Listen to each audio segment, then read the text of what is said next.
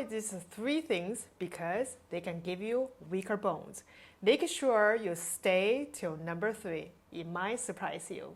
My name is Dr. Jenny Lee. I'm a chiropractor, has been practicing in Singapore for more than 10 years.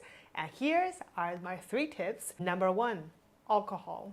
Alcohol consumption is a bad habit for your general health. Increased intake of alcohol can increase your chance of fall and breaking bones. Number 2, smoking.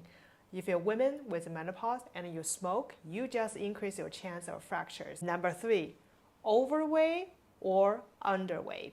Overweight will increase the pressure and burden on your joints. Underweight, meaning there is a nutrition deficiency, meaning weaker bones. Avoid all 3 things to have stronger bones. Follow me for more tips for joint health and spinal health. I'll see you next time.